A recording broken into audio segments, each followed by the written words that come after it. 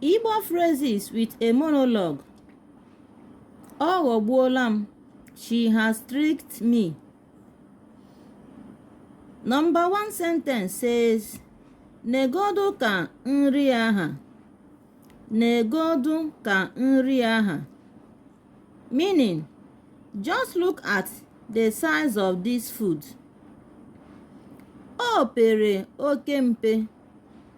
O pere oke mpe. Meaning, it is very small.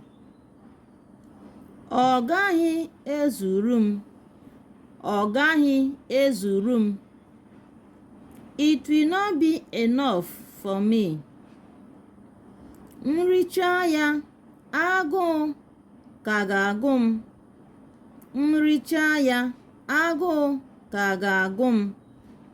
Meaning, when I finish eating it, I will still be hungry. Nwaanyị nri a ji ọtụtụ ihe ụtọ sie nri a, mana o pere mpe. Nwaanyị nri a ji ọtụtụ ihe ụtọ sie nri a, mana o pere mpe. Meaning, the chef woman used a lot of sweet things to cook this food, but it is too small. Nrie naanị otu efere, afọ agaghị eju m.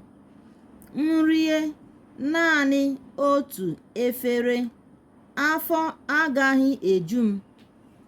Meaning, if I eat only one plate, my belly won't be full. Ọ ghọgbuola m. Ọ ghọgbuola m. She has tricked me.